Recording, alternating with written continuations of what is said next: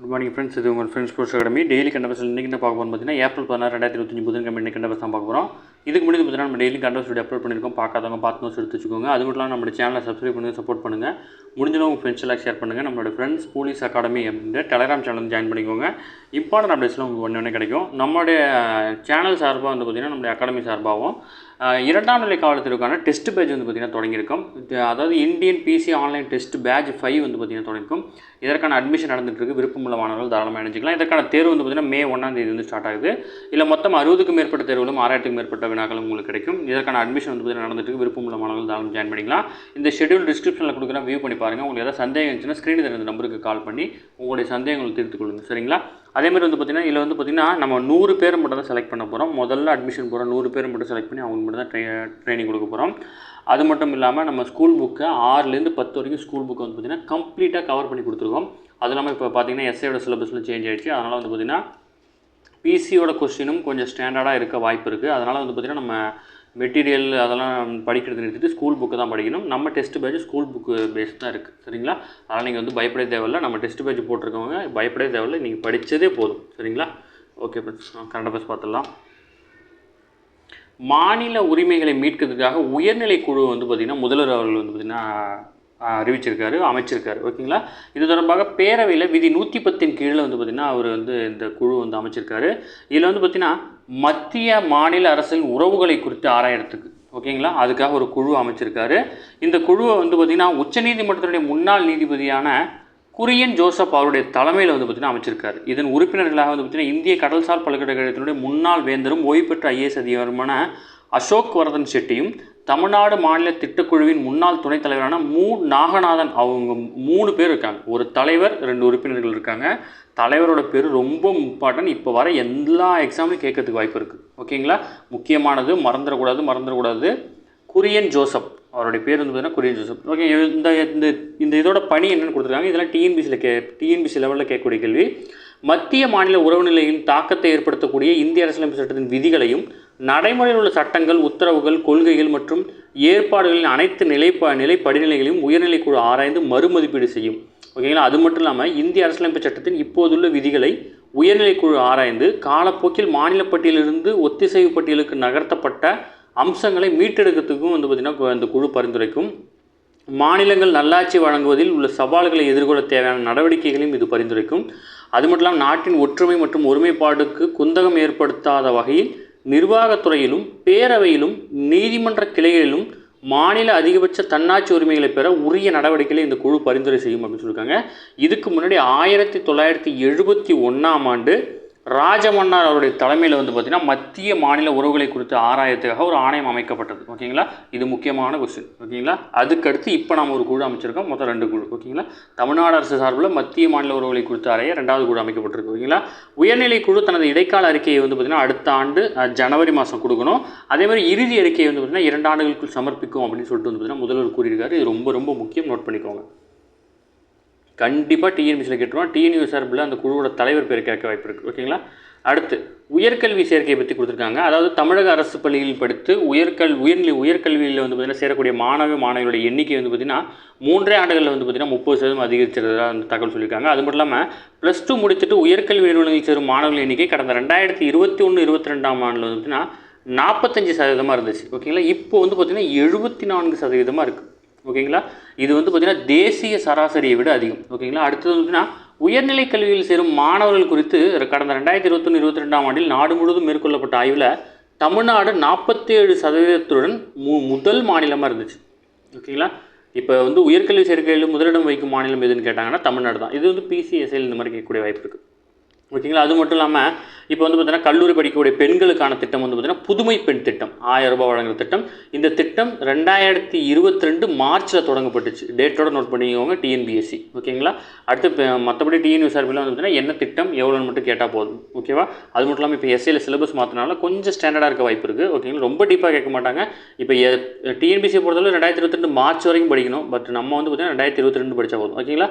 அதேமாதிரி வந்து தமிழ் புதல்வன் திட்டம் வந்து பார்த்திங்கன்னா 2024 2004 தான் அறிமுகப்படுத்தினாங்க ரீசெண்டாக. ஓகேவா? அதேமாதிரி வந்து பார்த்திங்கன்னா 2022ஆம் ஆண்டு வந்து பார்த்திங்கன்னா நான் முதல்வன் திட்டமும் அறிமுகப்படுத்தியிருக்காங்க. ஓகேங்களா? 2022 தான் நான் முதல் திட்டமும் அறிமுகப்படுத்தியிருக்காங்க. அது முக்கியமான ஞாபகம் வச்சுக்கோங்க. ஓகேங்களா? தமிழகத்தில் மொத்தமுள்ள 20 அரசு சார்ந்த பள்ளிகள், அதாவது இது வந்து பார்த்திங்கன்னா இது உங்களுக்கு இப்போ தேவை கிடையாது, இதில் நான் சொல்ல போகிறதில்ல, பட் இதில் இருக்க ஒரு விஷயத்தை சொல்கிறேன், அதை நோட் பண்ணிக்கோங்க. டிஎன்யூஎஸ்ஆர்பி. ஓகேங்களா? எந்தெந்த பல்கலைக்கழகம் எந்தெந்த ஊரில் இருக்குது அப்படின்னு தெரிஞ்சு வச்சுக்கோங்க. கண்டிப்பாக கேட்கறதுக்கு வாய்ப்பு இருக்குது. ஓகேங்களா? அதாவது வந்து பார்த்திங்கன்னா சென்னை மதுரையில் காமராஜர் பல்கலைக்கழகம், கோவையில் பாரதியார் பல்கலைக்கழகம், திருச்சியில் பாரதிதாசன் பல்கலைக்கழகம், அந்த மாதிரி பல்கலைக்கழகங்கள் எங்கெங்கே இருக்குன்னு தெரிஞ்சுக்கணும். ஓகேவா? அடுத்தது மாநில தன்னாட்சியின் திறவுகோல் அப்படின்னு ஒரு ஆர்டிகல் கொடுத்துருக்காங்க. இல்லை நம்ம எக்ஸாம் பாயிண்ட் ஆஃப் வியூ தேவையான மட்டும் எடுத்துக்கலாம். பிரதமர் இந்திரா காந்தி இருந்தபோது வந்து பார்த்திங்கன்னா ஒன்றிய அரசு வந்து பார்த்திங்கன்னா மாநில அரசுகள் குறித்து ஆராய சர்க்காரிய ஆணையத்தை வந்து அமைச்சாங்க. ஓகேங்களா? ஒன்றிய அரசு மாநில அரசுகள், அதாவது மத்திய மாநில அரசின் உறவுகள் குறித்து ஆராய சர்க்காரிய குழு வந்து அமைச்சாங்க. இந்த குழு என்ன பரிந்துரை பண்ணுறது அப்படின்னா, ஒன்றிய அரசை ஆட்சி செய்யும் கட்சியை சேர்ந்த அரசியல்வாதி யாருமே வந்து பார்த்திங்கன்னா ஆளுநராக நியமிக்கக்கூடாது அப்படின்னு ஒரு இது கொடுத்துருந்தாங்க. அடுத்ததாக மாநில முதலமைச்சருடன் கலந்தாலோசித்து அவர் ஒப்புதல் அளித்தப்பட்டது தான் வந்து பார்த்திங்கன்னா ஆளுநரை நியமிக்கணும் அப்படின்னு வந்து பார்த்திங்கன்னா இவங்க கொடுத்துருக்காங்க. அதற்காக அரசியலமைப்பு சட்டப்பிரிவு 155 தேவையான திருத்தங்களை செய்யணும் அப்படின்னு சொல்லியிருந்தாங்க. அதுக்கப்புறம் 1967ஆம் ஆண்டுக்கு பிறகு பார்த்திங்கன்னா ஆட்சி மாற்றம் காரணமாக அதை செயல்படுத்த முடியாமல் போயிடுச்சு. ஓகேவா? அடுத்தது வந்து பார்த்திங்கன்னா இந்திய அரசியலமைப்பு சட்டத்தினோட 248லேருந்து 252 வரை வந்து பார்த்திங்கன்னா ஒன்றிய அரசு மற்றும் மாநில அரசின் உறவுகள் குறித்தும் மாநிலங்கள் மீது ஒன்றிய அரசுக்குள்ள அதாவது மேலதிகாரம் குறித்தும் தெளிவாக வந்து பார்த்திங்கன்னா எடுத்துக்காட்டப்பட்டிருக்கு. அது மட்டும் இல்லாமல் அரசியலமைப்பு சட்டத்தின் 3வது பிரிவு பற்றி கொடுத்துருக்காங்க.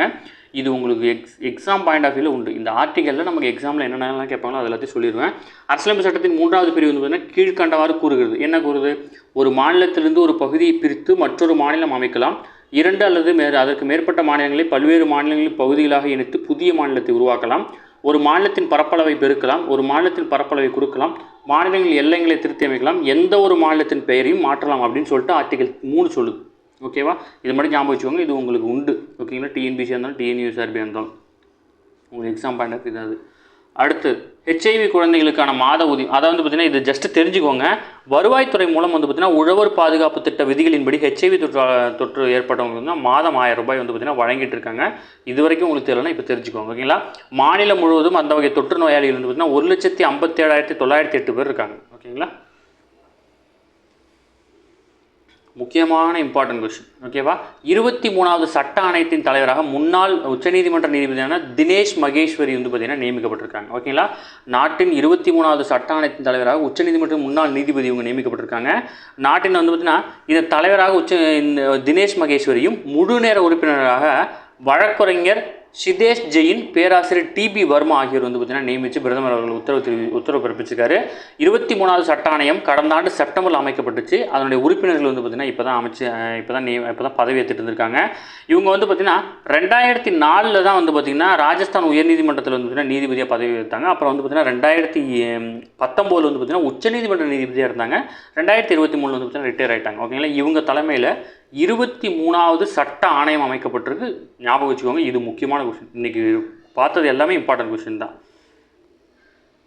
அடுத்ததாக முக்கியமானது, இந்திய பளுதூக்குதல் சம்மேளனத்தின் வீரர் வீராங்கனைகள் ஆணையத்துக்காக தலைவராக ஒலிம்பிக்கில் வெள்ளி பதக்கம் வென்ற மீராபாய் சானு வந்து பார்த்திங்கன்னா தேர்வு செய்யப்பட்டிருக்காங்க. ஓகேங்களா? முக்கியமானது. அடுத்தது வந்து பார்த்திங்கன்னா தொடர்ந்து சூடான் நாட்டில் வந்து பார்த்திங்கன்னா உள்நாட்டு போர் வந்து பார்த்திங்கன்னா நடந்துகிட்ருக்கு. அதாவது வந்து பார்த்திங்கன்னா இராணுவத்துக்கும் துணை இராணுவத்துக்கும் இடையே வந்து பார்த்திங்கன்னா இந்த உள்நாட்டு போர் வந்து பார்த்திங்கன்னா நடந்துகிட்ருக்கு. இது வந்து தொடர்ந்து 2 ஆண்டுகளாக நடந்துகிட்ருக்கு. ஓகேங்களா? டிஎன்யூஎஸ்ஆர்பியில் இதை பற்றி கூட கொஸ்டின் கேட்கலாம். ஏன்னா 2 வருஷமாக அந்த போர் நடந்துகிட்ருக்கு. இதில் வந்து பார்த்திங்கன்னா அதாவது வந்து பார்த்திங்கன்னா நிவாரண உதவிகளை அளிப்பதற்காக பிரிட்டன் தலைநகர் லண்டனில் வந்து பார்த்திங்கன்னா சர்வதேச மாநாடு ஒன்று நடத்துகிறாங்க. இதை வந்து பார்த்திங்கன்னா பிரிட்டன் தான் நடத்துகிறாங்க. பிரிட்டன் தலைநகர் லண்டனில் நடக்குது. ஓகேங்களா? இந்த மாநாட்டில் வந்து பார்த்திங்கன்னா பிரிட்டன், பிரான்ஸ், ஜெர்மனி, ஐரோப்பிய யூனியன் மற்றும் ஆப்பிரிக்க யூனியன் பிரதிநிதிகள் வந்து பார்த்திங்கன்னா பங்கேற்கிறாங்க.